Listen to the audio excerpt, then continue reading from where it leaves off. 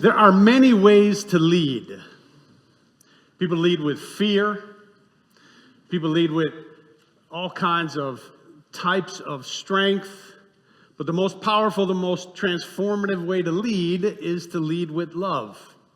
And for the past 26 years, we've had a front row seat to what that looks like through the music and the leadership of Rick Fortner.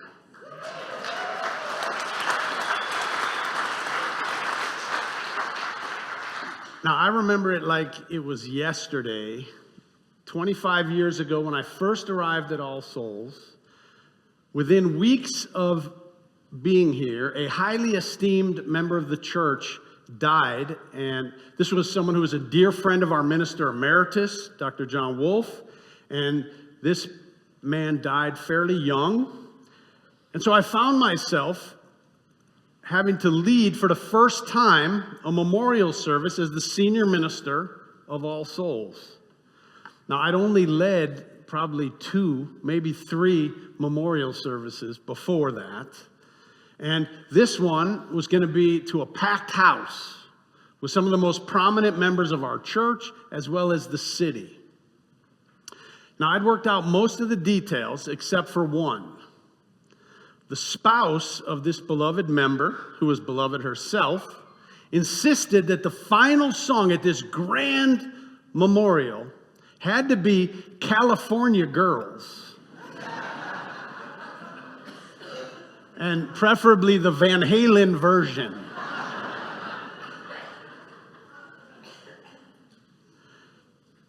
Now, I did not feel like I could say no, but I had no idea how I was going to make this work. So I went to Rick. He was the music director. He was in charge of the music for the service. And I said, what are we going to do? Rick sat down at the piano and said, well, I could play it like this. And he played a rock and roll version. Or I could give it this bluesy vibe. And he started playing it like that. Or give it a jazz feel or gospel. I could play it with a little new age kind of a sensibility. And he went on to play the song seven different ways. Right there in front of me, no sheet music, just mastery. Now, perplexed, I finally said, well, what do you think we should do? And this was the moment that I knew that I was going to love working with Rick. He said, why don't I just see how it feels in the sanctuary at that point in the service, and I'll play it the way that feels right. And when the time came, he did. And it was magical. It was healing, it was uplifting, and it was absolutely appropriate. Some people read music, some people play songs. Rick reads the room and he plays our heartstrings. He's not just a musician, he's a mystic, a healer, a molder of sacred experiences. He feels where we are collectively and he takes us where we need to go. It's a combination of talent, skill, experience, and genius. But what makes it truly extraordinary is that he loves us, and he knows that we love him back. There are a lot of skilled musicians, a lot of talented and experienced musicians, but what has made Rick so very special to us is that he has always led with that love. And even though you and I may not have the musical talent or the genius that Rick has, we have our own gifts. And that means that we can all lead with love. But what does that really mean, to lead with love? Well, Rick has shown us. Love is presence, showing up week after week, year after year. When we love someone, we show up. Love is service. When we use our gifts to lift others up, it's an act of love. Love is courage. It means staying tenderhearted and open in a world that can be harsh and unforgiving.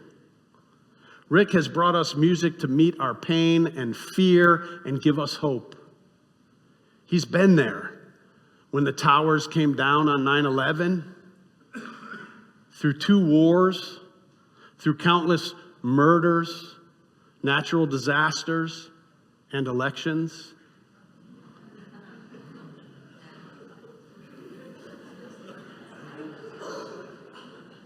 For over 2 decades, he played music at our weddings, even when neither the government nor the church would let him get married legally.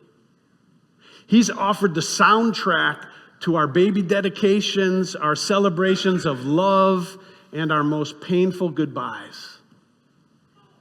He's helped us keep our hearts open in a world that could have closed them down. And finally, love is connection. Rick has used music to create sacred space where we could laugh and cry and sing and ask why together.